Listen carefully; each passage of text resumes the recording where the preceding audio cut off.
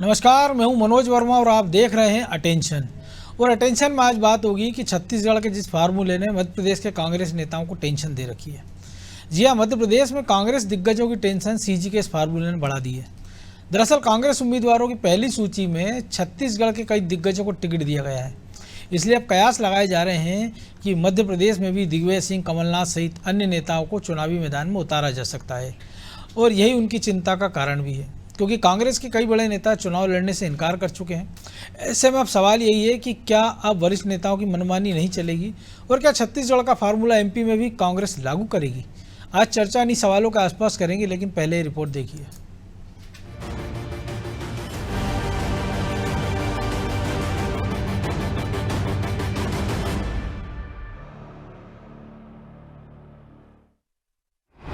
कांग्रेस की पहली सूची आई, आला कमान का संदेश भी लाई।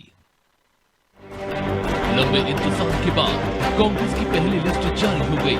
इस सूची में 39 उम्मीदवारों के नाम हैं, लेकिन इस लिस्ट में मध्य प्रदेश के उम्मीदवारों की घोषणा नहीं हुई। हालांकि इस सूची के जरिए कांग्रेस आला कमान ने प्रदेश के बड़े नेताओं को संदेश देने की कोशिश की। जिस तरह कांग्रेस ने छत्तीसगढ़ में भूपेश बघेल, शिव कुमार डहरिया, ताम्रध्वज साहू को टिकट दिया, उससे ये साफ है कि पार्टी ने उन नेताओं को ये मैसेज दिया है कि जो चुनाव लड़ने से मना कर रहे थे या फिर आनाकानी कर रहे हैं, उनका बहाना नहीं चलेगा। और अब कांग्रेस नेता भी कह रहे हैं, पार्टी जिसे टिकट देगी उसे लड़ना ही होगा। लोकसभा चुनाव के लिए कांग्रेस ने जो अपनी पहली सूची जारी की है, उसमें यह संकेत स्पष्ट दे दिया है कि कांग्रेस पार्टी पूरी ताकत से जो है हर स्टेट में चुनाव लड़ने जा रही है। चाहे वो वायनाड से हमारे नेता राहुल गांधी जी हों, शशि थरूर जी हों या केसी वेणुगोपाल जी हों, और छत्तीसगढ़ में भूपेश बघेल जी हो। कांग्रेस के जो कद्दावर नेता हैं वो चुनाव लड़ेंगे। इससे कांग्रेस कार्यकर्ताओं में भारी उत्साह है और भाजपा में घबराहट है। भाजपा को ये चुनाव में हम करारी शिकस्त देंगे और केंद्र स्तर पर कांग्रेस पार्टी की सरकार प्रचंड बहुमत से बनेगी।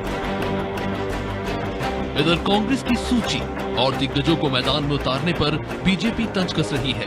बीजेपी कह रही है कि भले ही कांग्रेस प्रदेश में किसी को भी उतारे, लेकिन बीजेपी इस बार क्लीन स्वीप करेगी।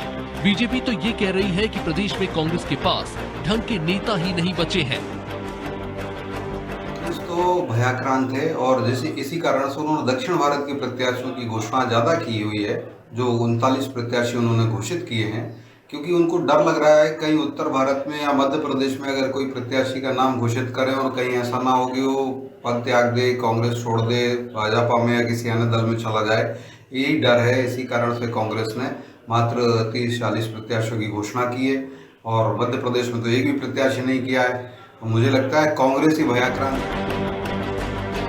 कमलनाथ, दिग्विजय सिंह, अरुण यादव और लक्ष्मण सिंह समेत तमाम कांग्रेस के वरिष्ठ नेता चुनाव लड़ने से पीछे हटते दिख रहे हैं। लेकिन कांग्रेस की जो पहली लिस्ट आई, उससे तो यही लग रहा है कि आला कमान ने नेताओं के सामने ये तस्वीर साफ कर दी है कि वो जिन्हें टिकट देंगे उन्हें चुनावी मैदान में उतरना ही होगा और कोई बहाना नहीं चलेगा। खैर, कांग्रेस की आने वाली दूसरी लिस्ट में प्रदेश से कितने दिग्गजों को टिकट मिलेगा, ये देखना दिलचस्प होगा। ब्यूरो रिपोर्ट, आदि टीवी।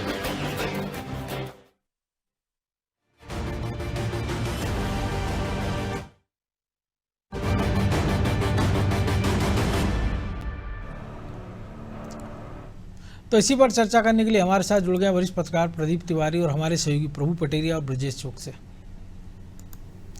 वो स्वागत है प्रदीप भाई आपका अन्यादि टीवी में। और निश्चित तौर पर अभी तक जो कांग्रेस के दिग्गज नेता कह रहे थे कि हम चुनाव नहीं लड़ेंगे, चुनाव नहीं लड़ेंगे, चुनाव नहीं लड़ेंगे, और जो पहली सूची आई है और छत्तीसगढ़ से जिस प्रकार 3-4 बड़े नाम निकल कर आए हैं, तो जाहिर सी बात है कि मध्य प्रदेश के तमाम कांग्रेस के बड़े नेताओं की नींद भी तो उड़ी हुई होगी कि अगर यही फार्मूला लागू रहा और जैसा कि राहुल गांधी और कांग्रेस के बड़े नेता संकेत दे रहे हैं, तो मध्य प्रदेश के इन बड़े नेताओं को भी मन मारकर ही सही चुनाव के मैदान में तो उतरना ही पड़ेगा।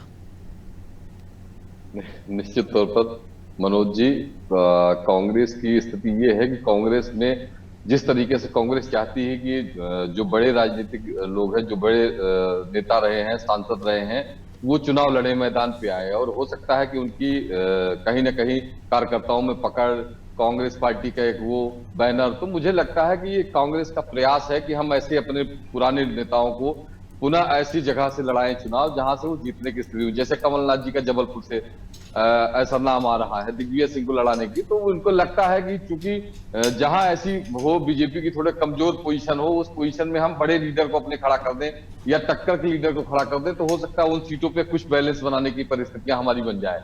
यही कारण है कि आप देखें छत्तीसगढ़ में भूपेश बघेल, धनेश साहू जितने बड़े लीडर हैं उनको इस बार टिकट में शामिल किया गया है और टिकट दिया गया है लोकसभा का। इसी तरह केरला में आप देखिए तो केरला में भी वायनाड से फिर से राहुल गांधी जी अब उनका नाम है, और भी बहुत सारे ऐसे सीनियर लीडर हैं जिनको पुनः लड़ाया जा रहा है। और एक और बड़ी बात है मनोज जी इसमें, लेकिन वो जो आपने नाम बताया वो ऐसे शशि थरूर या राहुल गांधी की चुनाव जीत रहे हैं पिछले, यहाँ जो है उनके अनुभव हमने देखे मध्य प्रदेश में दिग्विजय सिंह से लेकर तमाम बड़े नेताओं के। लेकिन कांग्रेस को ये लग रहा है, कांग्रेस ये प्रयास ये कर रही है कि हम अगर इन लीडरों को अगर पुनः एक बार लड़ाएंगे चुनाव, तो मुझे लगता है कि एक परिस्थितियां हमारे हो सकता है थोड़ी बहुत अनुकूल होने की आ जाए। इसी कारण है कि ये सीट तलाशी जा रही है, कौन से सीट से इनकी इच्छा है, थोड़ी उनकी इच्छाओं का। और दूसरी बात, एक बड़ी बात यह है कि कांग्रेस ने भी ये नहीं तय किया है कि हम कोई उम्र का फार्मूला है। आप देखें तो इसमें 75 वर्ष के भी लोग हैं, 70 वर्ष के भी लोग हैं, और इस तरह कई सारे लोग हैं। तो मुझे लगता है कि कांग्रेस में जिस तरह की भगदड़ मच रही है और जिस तरह से लोग मना कर रहे हैं कि हमको चुनाव में नहीं जाना है बीजेपी की एजेंडों को देखकर, तो इस वजह से कांग्रेस भी ये मोटिव लेके चल रही है कि जो पुराने लीडर हैं, जिनके पास थोड़े से, जो कई बार विधायक रह गए हैं, मंत्री रहे हैं, इनके पास सामर्थ्य वाले जो लीडर हैं, उनको हम पुनः मैदान में उतारे। इसीलिए आप देखें बिंद में देखें तो रीवा में भी तलाश की जा रही है ऐसे आदमी की जो पैसे से भी थोड़ा मजबूत हो, चुनाव में 1-2 सीटों पर मदद कर सके। आप जबलपुर में देखें, भोपाल के लिए भी तलाशा जा रहा कैंडिडेट कि भोपाल में ऐसा कौन व्यक्ति को हम रख सकते हैं जो मजबूत हो, और आलोक शर्मा की जगह जो पैसे से मजबूत थे 2-2 अरबपति, वो तो आज ही बीजेपी में आ गए। बिल्कुल, आप देखें यही नहीं कह रहे चुनावी हलफनामे के हिसाब से कांग्रेस में।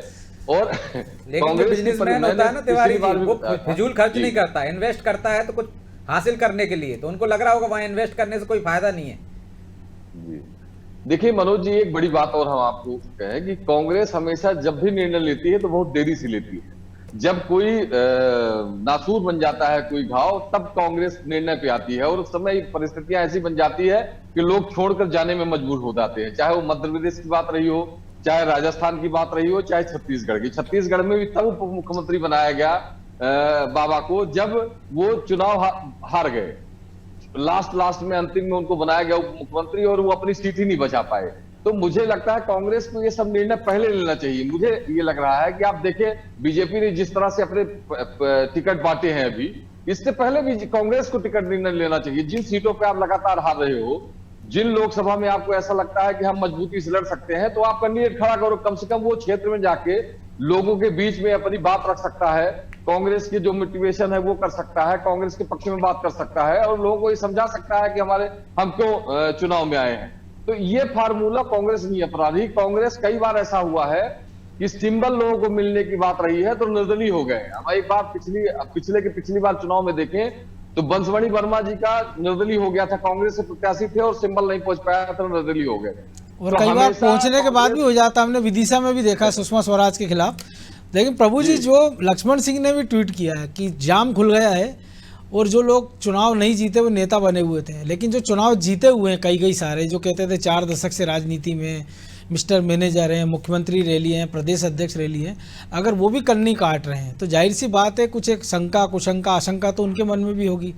और एक बार चुनाव हार भी चुके हैं, एक बार कई हारने की कगार पे पहुंच चुके हैं, तो जाहिर सी बात है कि उनका चुनाव नहीं लड़ने का लॉजिक तो समझ में आता है। लेकिन दूसरी बात ये भी है कि अगर 4 दशक तक पार्टी ने आप सब कुछ दिया है, तो एक बार आप फिर से सही हारने के सही मैदान में तो उतरो, कम से कम कार्यकर्ताओं के बीच मैसेज तो जाए। मनोज जी, देखिए आजकल के जो चुनाव हो गए हैं, और खासकर ये लोकसभा चुनाव, ये बिल्कुल स्वस्थ लोकतंत्र के चुनाव जैसा मामला रहा नहीं है। यहाँ पर यदि आप पूरी ताकत से चुनाव लड़ते हैं, आप सक्षम नेता हैं, आप संसाधनों से परिपूर्ण नेता हैं, दमदारी से यदि आप मुकाबले पे आ रहे हैं, तो आपको रोकने के लिए बहुत सारे दबाव प्रभाव के साधन इस्तेमाल हो जाते हैं, जो लगातार दिखाई दे रहा है। कि आप राजनीति में मुकाबले में आ ही ना पाए, उसके लिए पहले से ही प्रयास शुरू हो जाते हैं तरह तरह के, जो कांग्रेस के लोग आरोप लगाते हैं खासकर। और एक और होता है प्रलोभन, कि आपको लगता है कि जिस पार्टी में वहाँ से आप वो मुकाम नहीं हासिल कर पाएंगे, वो पद नहीं पा पाएंगे, तो आप जो है सामने वाली पार्टी की तरफ झुकाव करते हैं। तो दोनों चीज़ें यहाँ पर दिखाई दे रही हैं।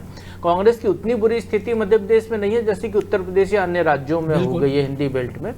मध्य प्रदेश में कांग्रेस का वोट बैंक घटा नहीं है, बढ़ा है, लेकिन बीजेपी से तुलना में कम जरूर है। बीजेपी ने अपना बीजेपी ने अपना बढ़ा लिया, क्योंकि वो नीचे तक सक्रिय रहती, 5 साल चुनाव लड़ती। कांग्रेस में वो स्थिति नहीं है। कांग्रेस में जो ट्रैफिक जाम हटने वाली बात लक्ष्मण सिंह ने कही है, जीतू पटवारी जो कह रहे हैं कि अब नए लोग आएंगे, नए तेवर के साथ नई टीम को मौका मिलेगा, तो निश्चित तौर पर कांग्रेस को यदि अब रिवाइवल करना है तो नए लोगों को भी उनको साथ लेके चलना पड़ेगा, जो पुराने लोग हैं उनको भी साथ कर उनको चलना पड़ेगा। और निश्चित तौर पर जो कांग्रेस जो चेहरे हैं जो चुनाव से लड़ने से बचना चाहते हैं, उनको चुनाव लड़ने के लिए सामने लाना ही पड़ेगा कांग्रेस को, क्योंकि वो स्थापित चेहरे हैं। अब ठीक चुनाव के पहले, अब चुनाव में समय बचा ही नहीं, 2-4 दिन में आचार संहिता घोषित हो जाएगी और पूरा 1-1.5 महीने का चुनाव है इसके बाद। ऐसे में नए व्यक्ति को उतारते हैं तो उसको 6-7 विधानसभा क्षेत्रों का एक लोकसभा चुनाव होता है, 7-8 विधानसभा 2-3 जिलों में कई तो वहां पर उसको जाना, प्रचार करना, आधार बनाना, वो सब अकेले बस का नहीं है, उसके लिए टीम वर्क लगता है पूरी। तो वो कांग्रेस की कमजोरी है, तो उसको लिए समय नहीं है नए लोगों को इस्तेमाल करने का। तो पुराने स्थापित जो चेहरे हैं उनको बिल्कुल इस समय उतारना चाहिए उनको, और कोशिश करनी चाहिए कि मुकाबले में वो रहें। कांग्रेस की उतनी बुरी स्थिति फिलहाल दिखाई नहीं देती है कि विधानसभा चुनाव के जो रिजल्ट आए 10 सीटों पर तो ऐसा मुकाबला कर सकते हैं वो। बिल्कुल 2012 में वो जीते हैं 12 सीटें। इस बार वो पुलवामा जैसा हाँ, इस बार जो है ना तो सर्जिकल स्ट्राइक है, ना इस बार एयर स्ट्राइक है। राम मंदिर है तो राम मंदिर का मुद्दा बहुत लंबे समय से चल रहा है, तो उस मुद्दे में वो आंच नहीं दिखाई दे रही है जो आंच उस समय थी पाकिस्तान के खिलाफ, क्योंकि आपका आक्रोश जो है वो तेजी से व्यक्त होता है, आपकी खुशी या आपको जो संतुष्टि है वो धीरे-धीरे प्रकट होती है। मची वो तो अलग मैसेज दे रही होगी ना कार्यकर्ताओं पब्लिक में भी कि कांग्रेस आखिर क्यों लोग इसके नेता भागे जा रहे हैं। भागने का कारण मनोज जी वही तो मैंने बताया ना, कि आप जो भाग रहे हैं उनको देखिए ना, क्यों भाग रहे हैं, क्योंकि उनके पीछे कुछ ना कुछ है। जो आज कैलाश विजयवर्गीय का जिनसे मुकाबला हुआ, वो यदि आए हैं तो चुनाव के बाद उनको नोटिस मिल गया 150 करोड़ का। बिल्कुल उनको अपने आप को बचाना है, अपना कारोबार बचाना, उनकी पीढ़ियों का कारोबार है। उनने तो खड़ा नहीं किया था, वो उनके पिताजी ने खड़ा किया, उनके चाचा ताऊ दादा ने खड़ा किया। वो कारोबार यदि उनके राजनीति में उस पार्टी में रहने से नुकसान में आ रहा है, खत्म होने का कगार पर है, तो उनको तो अपने परिवार की साख बचानी है, लेकिन बाकी जो सुरेश पचौरी है बाकी उनके साथ तो ये दिक्कत भी नहीं है कि ना उनको ईडी का डर है ना सीबीआई का डर है। क्या पता मनोज जी इसके पीछे कोई हिडन डर उनके पीछे हो, सुरेश पचौरी जी के पीछे, क्योंकि पचौरी जी तो अपना लगभग अच्छा राजनीतिक कार्यकाल पूरा निकाल ही चुके हैं। जो चाहा उनको वो मिला, वो 4 बार राज्यसभा में रहे। कांग्रेस के इतिहास में पहली बार ऐसा कोई व्यक्ति हुआ था। वो केंद्रीय मंत्री बने, उनको प्रदेश अध्यक्ष बनाया, उनको जहां से वो टिकट चाहते थे विधानसभा का टिकट दिया, जब उन्हें लोकसभा का टिकट चाहा लोकसभा का टिकट दिया। लेकिन वो आधार नहीं बना पाया, क्योंकि कांग्रेस की कमजोरी रही है मध्य प्रदेश में लोकसभा चुनाव के लिहाज से। विधानसभा चुनाव में कांग्रेस का प्रदर्शन बहुत घटिया स्तर का नहीं कहा जा सकता, लेकिन लोकसभा में जरूर ये स्थिति होती है। शायद मतदाताओं का माइंडसेट कुछ ऐसा है, लेकिन यदि बदलने का मूड होगा मतदाता का, तो वो तो 2004 में जैसा हुआ था शाइनिंग इंडिया के समय पे, तो वैसे भी हो सकता है। तो आपको किस्मत तो आजमानी ही पड़ेगी, आप यदि राजनीति में हैं तो। आप यदि घर बैठे रहेंगे, कोशिश ही नहीं करेंगे, तो कैसे काम चलेगा। छत्तीसगढ़ में देखिए, उन्होंने पूर्व मुख्यमंत्री को उतार दिया, 2 पूर्व गृह मंत्री को उतार दिया, तमाम नेताओं को चुनाव मैदान में उतारा, प्रमुख लोगों को। तो निश्चित तौर पर उस तरीके से यहाँ पर भी बड़े नेताओं को उतारना चाहिए कांग्रेस को, उनको सामने आना चाहिए खुद ही। तो ब्रिजेश जी, लग रहा है कि कांग्रेस के ऐसे नेता कोई पहल करेंगे आगे आकर कि ठीक है हम चुनाव लड़ने को तैयार है, क्योंकि कमलनाथ की बात कर लें, दिग्विजय सिंह की बात कर लें, अजय सिंह की बात कर लें, सब सेफ जोन में रहना चाह रहे हैं, उससे निकलना नहीं चाह रहे हैं। देखिए मनोज जी, एक तरफ तो कह सकते हैं हम कि कांग्रेस में बड़े नेता बचे कितने हैं, गिनती के हैं, उंगलियों पे आप गिन सकते हो। दिग्विजय सिंह की बात करें तो वो पहले इनकार कर रहे थे, बदली हुई परिस्थितियों में गुना से लड़ने के लिए वो तैयार हैं, खुद कह चुके हैं कि मैं ज्योतिरादित्य सिंधिया के खिलाफ लड़ने को तैयार हूँ। अजय सिंह, राहुल भैया मना कर चुके हैं, लेकिन यदि पार्टी आलाकमान चाहेगा तो निश्चित तौर पर उनको टिकट देगा और उनको लड़ना पड़ेगा, क्योंकि अभी ऐसा कोई नेता नहीं बचा है कमलनाथ के अलावा। कमलनाथ की जो परिस्थितियां हैं, मुझे नहीं लगता है कि अब कोई आंखें दिखा पा रहा हो, क्योंकि आलाकमान का जो रुख है वो उसने स्पष्ट कर दिया है कि जिसको जाना है चले जाए। वो मनाने की, रोकने की, उस तरह की ना रणनीति पर काम कर रहा है, उस दिशा में सोच रहा है। वो चाहता है कि हाँ, जो जाना चाहते हैं चले जाएं, एक बार इतनी पतझड़ हो जाए, नई कोपल आए। तो इस तरह की रणनीति पर मुझे लगता है कि राहुल गांधी काम कर रहे हैं। तो उस पेड़ पे आती है ना जिसमें कुछ संभावना, अगर वो पेड़ ही सूख रहा है, नहीं अभी पेड़ सूखने की गुंजाइश तो नहीं कह सकते हैं, क्योंकि जनाधार तो है कांग्रेस को कि अभी इतने जल्दी पेड़ नहीं सूखेगा मनोज जी। ये बरगद की तरह का पेड़ है एक पुराना, और वो इतनी आसानी से सूख नहीं पाता है, क्योंकि लगातार कोशिश करने के बाद भी आप वोट प्रतिशत उनका बहुत ज्यादा कम नहीं कर पाए। आपने अपना बढ़ा लिया लेकिन उनका बरकरार है। तो आप ये कह सकते हो कि आज 2-4 नेताओं के जाने से वो पेड़ सूख जाएगा, तो मुझे लगता है कि ये फिलहाल की स्थिति में तो अतिशयोक्ति होगी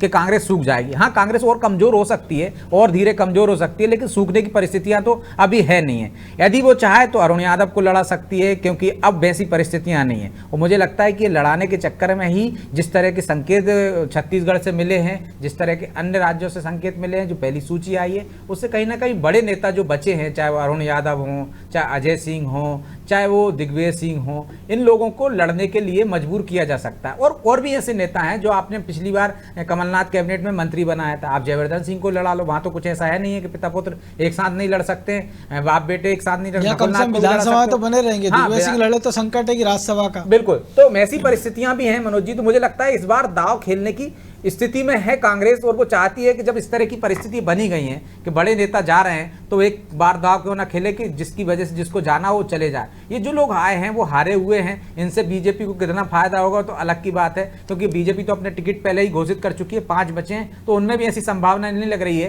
कि इनमें से किसी को दाव इस पर खेले।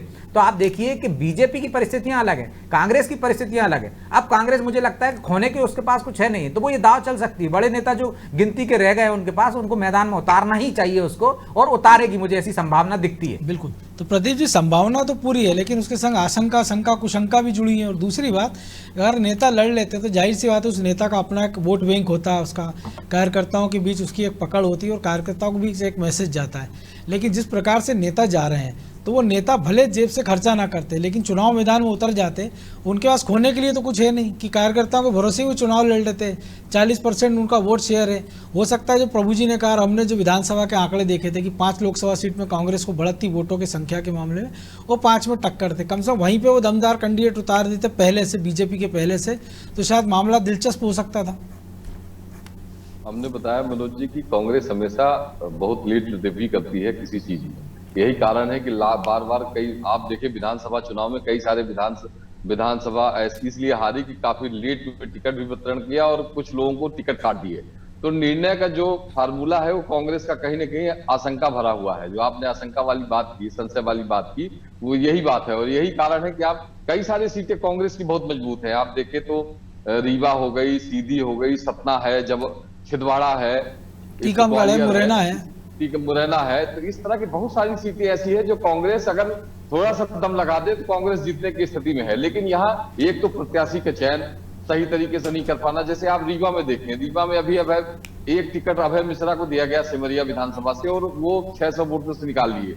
काफी जुझारू लीडर है और काफी सक्रिय होकर वो चुनाव लड़े, और कहीं जो भी रहा हो जिस सिस्टम से, लेकिन वो चुनाव जीते। तो ऐसे कार्यकर्ताओं को कांग्रेस जो है पहचान नहीं पा रही है। ऐसे लोगों को पहचान करके टिकट दे तो मुझे लगता है कि इनकी 3 से 4 सीटें आराम से मध्य प्रदेश में निकल आएगी। दूसरी बात यह है कि संगठन में भी मजबूती नहीं है कांग्रेस में। जिस तरह से लोग जा रहे हैं, इनकी नींव भरी पुराने जो सीनियर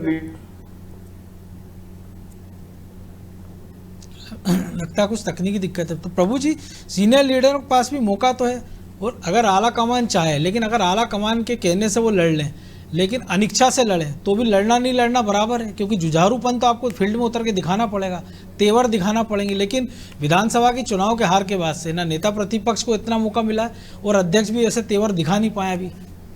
बिल्कुल, अध्यक्ष को जो है चुनाव हारने के बाद कांग्रेस के मौका मिला है, नई जिम्मेदारी मिली है, और उसी तरीके से नेता प्रतिपक्ष तो अभी उनको परफॉर्मेंस दिखाने में भी समय लगेगा। कोच जीतू पटवारी का आधार बड़ा है, वो पहले युवक कांग्रेस के प्रदेश अध्यक्ष रहे हैं, तो निश्चित तौर पर वो जीतू पटवारी के साथ एक युवाओं की टीम रही है, तो कहीं ना कहीं काम करते हुए उनको दिखाई देगी, तो निश्चित तौर पर वो नज़र आ सकती है। और इसके अलावा यदि हम बात करते हैं, तो इसके अलावा जिस तरीके से अभी जो ब्रजेश जी कह रहे थे, जो बात चल रही थी, तो बीजेपी भी नहीं चाहेगी कि कांग्रेस खत्म हो, क्योंकि क्षेत्रीय दल यदि होंगे, कांग्रेस नहीं होगी राष्ट्रीय पार्टी के मुकाबले में, क्षेत्रीय पार्टी होगी तो नुकसान बीजेपी का ही होगा, क्योंकि क्षेत्रीय पार्टियां जो होगी वो जातिवाद पर, क्षेत्रवाद पर राजनीति करती हैं। जैसे अभी उत्तर प्रदेश में आपको मजबूरन में लोकसभा चुनाव के लिए ओम प्रकाश राजभर को मंत्री बनाना पड़ा, अपना दल है, और निषाद वो पार्टी हाँ, है। और वो ओम प्रकाश राजभर का क्या बयान है, वो अपने आप को मुख्यमंत्री के बराबर रखकर बयान दे रहे हैं कि पीला गमछा डालकर आप 20 रुपए का चले जाइए और आपको थानेदार समझेगा कि ओम प्रकाश राजभर आया है, आप जो कहेंगे वो करेगा। तो इस तरीके की स्थिति जो है क्षेत्रीय दलों के साथ होती है, जब आपको उनसे मुकाबला करना है, संतुलन करना है, तो वहां पे दिक्कत होती है। तो राष्ट्रीय पार्टी का आधार तो रहेगा ही रहेगा, और रहना भी चाहिए स्वतंत्र लोकतंत्र में। लेकिन यहाँ पर कांग्रेस की हम चूंकि बात कर रहे हैं, तो कांग्रेस के बड़े नेताओं को निश्चित तौर पर सामने आना चाहिए। ये नहीं है कि हर बार आप हारते ही रहेंगे, आपके आएंगे बड़े नेता आएंगे तो कार्यकर्ता उनकी जो टीम है उनके साथ जुड़ेगी, काम करेगी। और जैसा भी प्रदीप जी कह रहे थे 2-3 सीटें पे जीत भी गए तो कांग्रेस के लिए बड़ी उपलब्धि है, क्योंकि उनके नेता तो मान के चल ही रहे हैं कि 6-7 सीटों पर वो जीत सकते हैं, जीत जाएंगे, दावा भी निकला जीत सकते हैं।